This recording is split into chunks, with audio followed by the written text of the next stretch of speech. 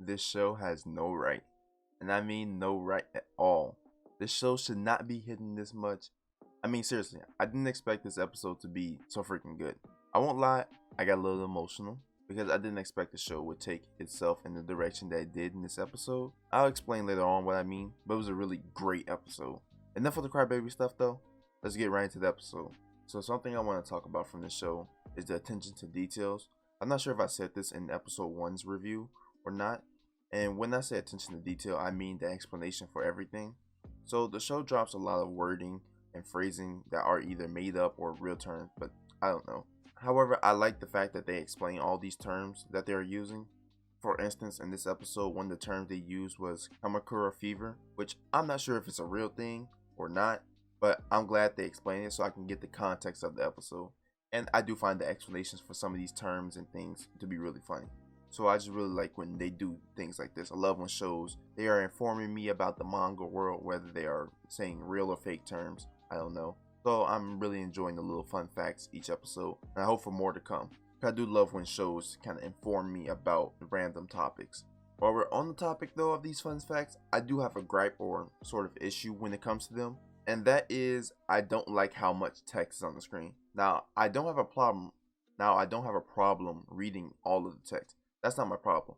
My problem stems from when there's a bunch of text on the screen, then they quickly jump away to the next scene before I can even begin to even think about reading what's on the screen.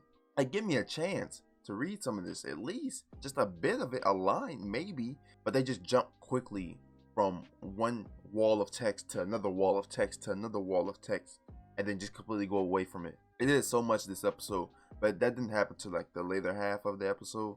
But still, it was bothering me, but it is what it is there. Plus, I can just pause the show if I really care enough to read it. But it is what it is. But I do wish they sort of, so I can just kind of keep the flow of watching, they wouldn't put so much text on the screen. But I get you have to explain everything. But sometimes they'd be explaining words in the background. To me, it's kind of like they're explaining unnecessary kanji that I don't necessarily care about. And sometimes it confuses me too when I'm reading because they have like the kanji or the translation for the kanji right above the actual text that people are speaking. And so sometimes I end up like double reading the kanji translation instead of the actual translation of the conversation. But it is what it is there. That don't necessarily bother me all that much. Now I want to jump into this big part of the episode, and that is the emotional theme. Before I go on, I came up with this theory. The reason I came up with this theory was because I was casually watching the opening, which by the way is a fire opening. I was watching it, and you know that moment when they are flashing through Hime's age and her father standing across from her and they both are in the water? There's a moment when Hime grows up and you see that her father disappears and he's not there anymore. So that got me thinking, does Goto die at some point or sometime later in the future since he's not there? And if I'm right, oh man, I wouldn't be able to take it. Because Goto is like amazing and then Hime is just perfect. Oh, bro, that would be like if I got hit with a bag of quarters. That would hit me so hard if the episode drops like that. But the episode really hit me on an emotional high note this week. First, we start off with Hime going on a field trip, and Goto, of course, being the overly protective dad that he is, takes himself along with his assistants to the beach that Hime is going to on a field trip. At this part of the episode, Goto is trying to spy on Hime and make sure her life is going great inside the classroom. While he keeps trying to spy on Hime, he is constantly caught by the teacher. This part I found really funny because the teacher kept blushing because she kept thinking that Goto was complimenting her when he wasn't. And so I just find that really funny. The aspect of stranger danger was hilarious. So the comedy in the show is really good, and the comedy in this episode was really good. It had me laughing. But anyway, when they came to the second blush that the teacher had, that got me thinking. They could be a really good couple. A really nice couple. I would like it if the author wrote them getting together, since Goto doesn't have a wife. And I think it'd be nice for him to move on. And Hime, I would assume, likes her teacher. So I think that would be a great relationship together. All three of them. Moving on to the scene where it began to hit me. It was when Hime was washing and some boy teased her and brung up her mom. At this point, you can see her completely space out and ignore that statement. Then the teacher goes on to ask Goto about Hime's mom. She says that Hime might not just be looking like she's not thinking, but actually avoiding thought to run away from something she doesn't want to think about. She goes on to say that this is a coping mechanism that kids use to deal with something tragic.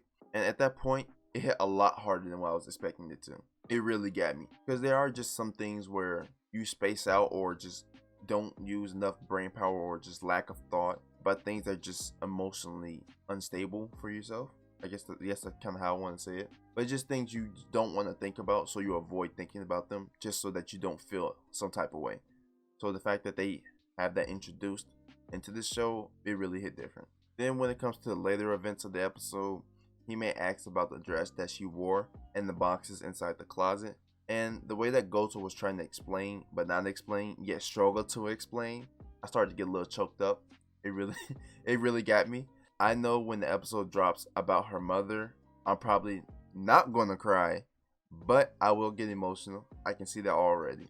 And if they do manage to make me cry, oh my god, Kakushigoto, it has to jump into like my top 10 slice of life. Not my top 10 anime though, but top 10 slice of life for sure. But the fact that they can get me so emotional from these 2 episodes, the show is like amazing. It really is great. It's just, I can't explain to you how great and amazing this show is. But the last thing I want to bring up is the ending scene of the episode. And that scene, it scares me because it sort of confirms my theory, but it doesn't as well. Because Hime opened and found Goto's manga shack, and the way that the assistants were speaking and the way they was using their dialogue and flowing, it seems like Goto has already died. And then the way that Hime goes back to her home, open up the closet, and you see the rows of boxes again, and they're just a lot older, but you see how run down the house is and Goto's not there.